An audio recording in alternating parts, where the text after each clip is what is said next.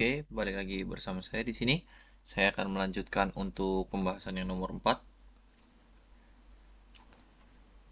di seksi B seksi tanpa kalkulator. Oke, kita akan langsung saja ke nomor 4A.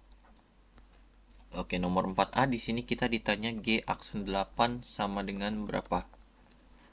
Nah, untuk mencari G aksen 8, kita tinggal turunin nilai dari Gx sama dengan integral 6 sampai X dari FTDT. Turunan dari ini kita bisa pakai fundamental theorem. X turunannya jadi 1, berarti dia jadi fx. Nanti dia dikurang 6 ini turunannya 0, berarti dia dikurang 0 ya. Berarti G aksen X sama dengan fx. Kita masukin, di sini dia mintanya 8. G aksen 8 itu sama dengan f ketika nilainya 8. Ketika nilainya 8, itu 1. Oke, berarti nilai G aksen 8 itu sama dengan 1. Lanjut untuk nomor yang 4B. Untuk semua value X di open interval min 6 sampai 12, which the graph of G punya point inflection. Jadi, point inflection itu titik belok. Berarti ketika dia turunan keduanya, ini titik kritikalnya, itu minus, terus positif. Ini titik belok ya berarti. Karena kalau dia minus, nanti dia jadi concave downward, terus dia concave upward. Jadi grafiknya seperti ini. Dan di sini titik beloknya. Berarti Q aksen-aksen X-nya itu change sign, berubah arah. Begitu juga dengan F aksen X. Berarti F aksen X ya harus change sign. Karena G aksen-aksen X itu sama dengan F aksen X. Oke, berdasarkan di sini F aksen X ya, pertama dia decrease shoot sampai ketiga, dia stop, kemudian dia increase. Berarti X sama dengan min 3 itu inflection point. Selanjutnya, ketika dia ada di 0 sampai 3, dia increase.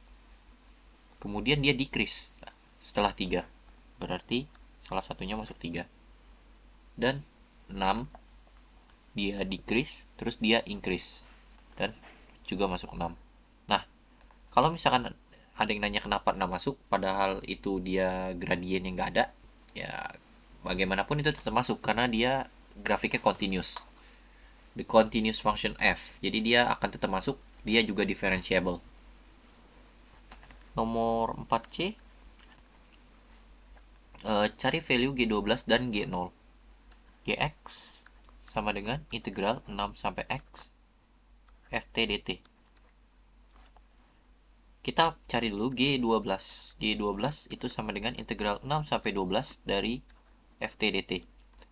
Cara nyari integral ft dt, kita tinggal ngitung luas areanya aja. Berarti luas area dari 6 sampai 12. Ini kan berbentuk segitiga. Ini 12 kurang 6, 6. Dan ini tingginya 3. Berarti setengah alas kali tinggi. Sama dengan setengah dikali alasnya 6 dikali tingginya 3. Sama dengan 9. Yang selanjutnya G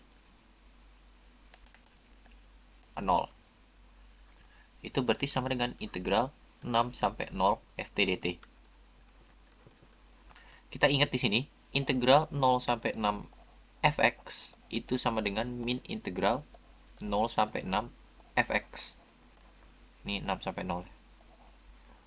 Atau kita buatnya di sini A sama B. Integral A sampai B fx dx itu sama dengan min integral B sampai A fx dx. Berarti ini kita bisa buat min integral 0 sampai 6 ft dt. Lagi-lagi kita pakai rumus luas di sini. Tingginya 3, berarti radiusnya 3.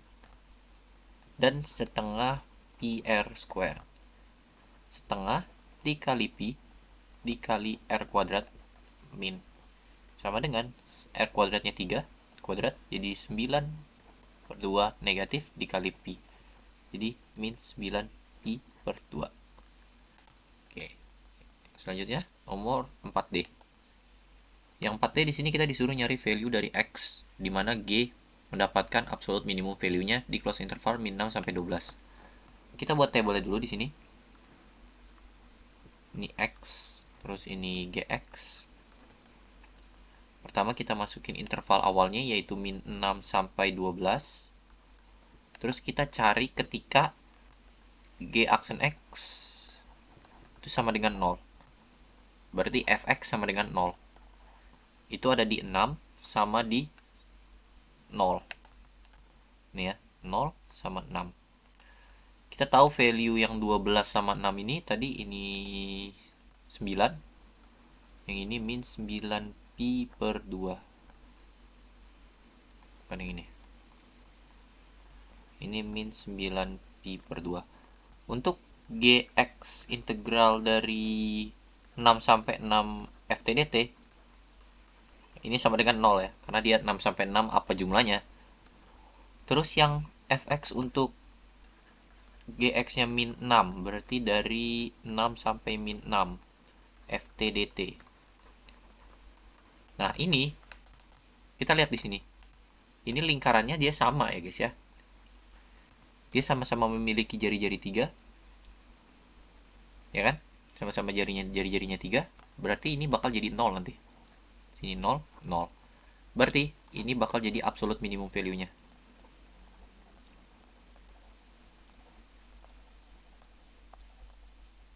Jadi, absolute minimum value